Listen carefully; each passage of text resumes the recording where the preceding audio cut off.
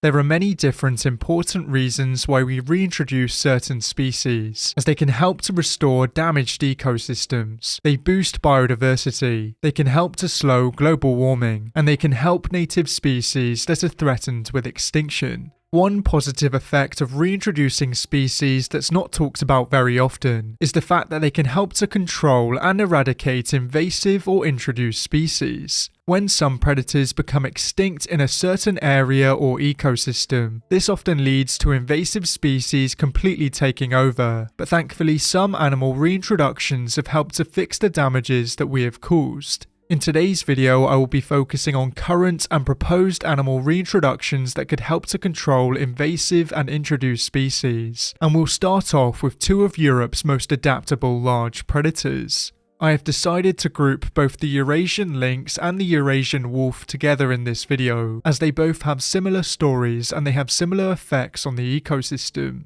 The Eurasian lynx is the largest wild cat in Europe, and it's also the largest of all the lynx species. This cat was once found over a much larger area, but thanks to habitat loss and human persecution, they are a lot rarer nowadays. By the early 19th century, they were hunted to near extinction in the western and southern European lowlands, but they still lived on in the wilder parts of Scandinavia. The Eurasian lynx went extinct in the UK around 1,300 years ago, and like many of the UK's extinct predators, its last stronghold was in Scotland. They are the third largest land predator in Europe, with a maximum weight of around 45 kilograms and a maximum shoulder height of around 75 centimeters. This size and bulk is put to good use as they will prey on most animals in their ecosystem, with young moose, red deer and reindeer being among their largest targets. Their hunting ability was the main reason why they were eradicated in the first place, as farmers would hunt them because they would target livestock. They are known for being extremely elusive and stealthy, and this allows them to get very close to their prey before they pounce. Even though they are fully capable of killing an adult human, they have never done so, but this isn't the case for the Eurasian wolf. Like the Eurasian lynx, the Eurasian wolf was once found over a much larger area, but by the late 19th century they had disappeared from most of Europe. They were hunted for the same reasons as the Eurasian lynx, but people also hated them because they occasionally claimed the lives of humans. The tales of man-eating wolves are both infamous and widespread, but man-eating wolves were much rarer than most people believe.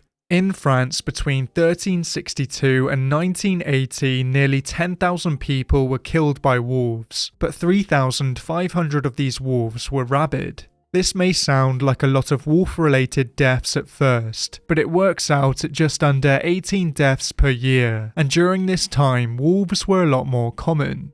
It's believed that wolves went extinct in the UK in the late 18th century, and since then it's lacked any large land predators. The lack of large predators in the UK and in other parts of Europe has changed their ecosystems dramatically, and some prey animals and invaders have completely taken over. Some smaller land predators have taken over the wolves and the Eurasian lynx's roles in the ecosystem as top predators, but thankfully they still remain in some parts of Europe, and other parts of Europe are home to brown bears. In mainland Europe, some invasive omnivores have taken over, such as the raccoon and the raccoon dog. There are thought to be over 2 million raccoons in Germany alone, and there are thought to be hundreds of thousands of raccoon dogs in Europe. Even though it's not their fault as man introduced them into the continent, they are known to have massive negative effects on the ecosystem. They both compete and prey on native species, and they can spread deadly diseases to native species and humans. Over in the UK, different species of non-native deer have been able to thrive without any natural predators, and so have small populations of wallabies and nutria.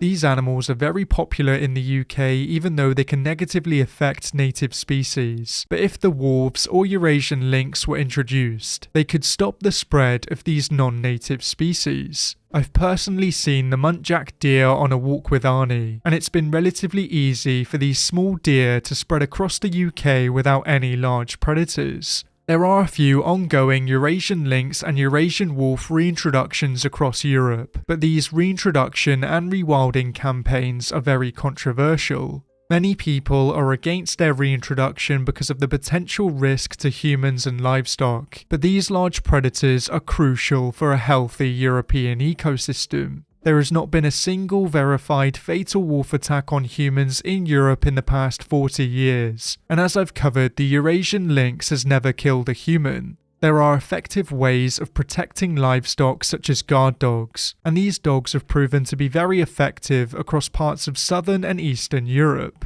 These predators will only be reintroduced into areas that can support them, and this is usually areas with a very small human population. This means that running into wolves or a lynx would be very unlikely, but unfortunately these factors aren't enough to convince some of the European population. It's unclear if wolves or lynx will ever be reintroduced into the UK, but if they were, it's likely that they'd be reintroduced into Scotland. Other reintroductions have been a success in the UK, such as the European beaver, and I believe that these two reintroductions would be a success too.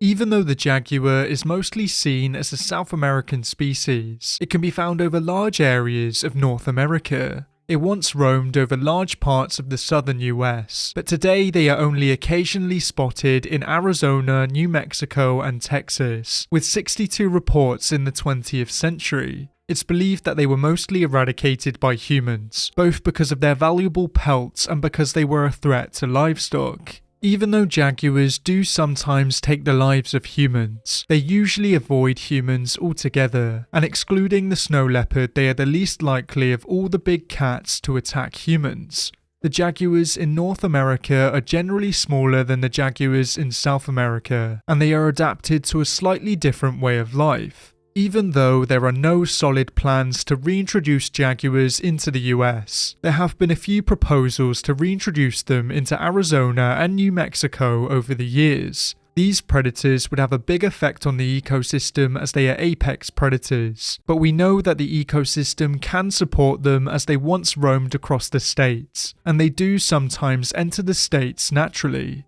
It's no secret that the US, like many other countries, has an invasive species problem, and one of the worst invaders across Arizona and New Mexico are invasive hogs. These feral hogs can be found in quite a few states, and they are thought to be hybrids of wild boar and domesticated pigs. These hogs both damage the ecosystem and have negative effects on farming, and because they are so large, they have very few natural predators in the area. Of course, cougars will target them, but jaguars have already proven that they are very good at hunting hogs too. Feral hogs are common prey for jaguars across the Americas, and this means that they would be great at controlling the feral hog population in the US. Unfortunately, all proposals to reintroduce these cats into the US have been rejected so far, but hopefully this will change in the future. This reintroduction proposal is very popular with the local people and many others within the US, but it's a very big risk to take and it would be a very expensive project. It would undoubtedly increase nature tourism in the area, but for now it's just an interesting idea. Let me know what you think in the comments down below, but I personally think it could be a successful reintroduction if managed correctly.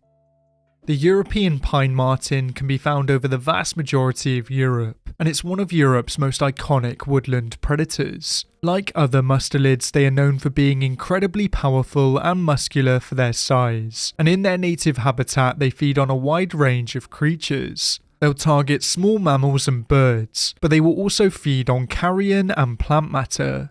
They play the most important role in the British ecosystem, as they are the most effective predators at controlling one of the most famous invaders. The grey squirrel was introduced into the UK in the 1870s, and since then it's almost completely taken over, which is bad news for the native red squirrels. The red squirrels are much smaller than the invasive grey squirrels, and this means that they are forced out of areas that the grey squirrels inhabit. Even though the pine marten is sometimes a predator of the red squirrel, the red squirrels do benefit from having them around. Woodlands with pine martens tend to have more red squirrels, and this is because pine martens are far better at hunting grey squirrels than they are red squirrels. There are many theories as to why this is, with some of the leading theories being that red squirrels are more nimble and harder to catch, and because the red squirrel has evolved alongside the pine marten, it's more aware of the danger.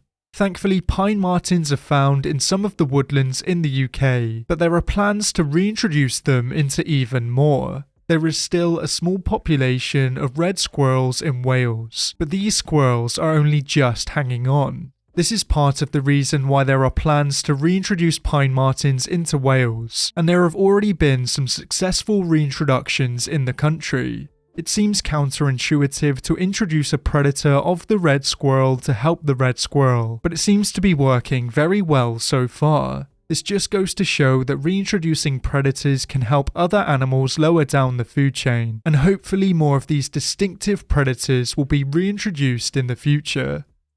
The North American river otter can be found over large areas of the US and Canada, and it's one of the top predators in northern rivers and streams. They are very similar in size and appearance to the Eurasian river otter, but the North American river otter is larger on average, but the Eurasian river otter has a larger maximum weight. Across their range, they feed on a variety of aquatic and semi-aquatic prey, with their diet mostly consisting of fish, amphibians, and crustaceans.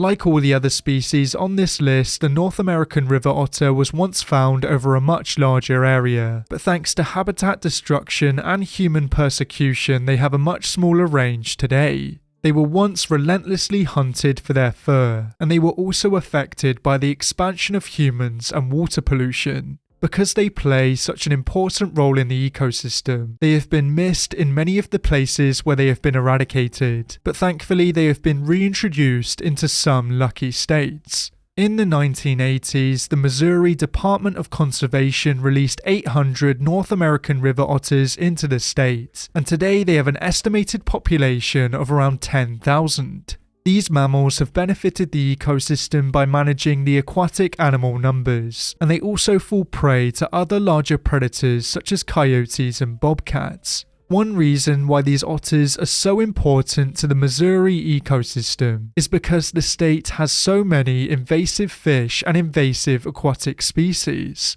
Like many other nearby states, their freshwaters are infected by the unstoppable Asian carp, and some of its waters are home to the infamous northern snakehead. This fish is a real danger as it's an aggressive predator, but fortunately the otters will target this fish too. Hopefully more states will follow this trend and introduce more important species like the North American river otter, but for now we'll just have to wait and see. Some people wrongly think that we humans need to intervene and control nature by hunting and culling species, but this simply isn't the case. Healthy ecosystems regulate themselves, and the only reason why we need to reintroduce species today is because we damaged their habitat and got rid of all the predators that regulate the prey populations. Hopefully we can learn from our mistakes, and there will be more protections for predators in the future. If you think you know of any other animals that could have made it into this video, then let me know down in the comments below. But for now, thanks for watching, and until next time, goodbye.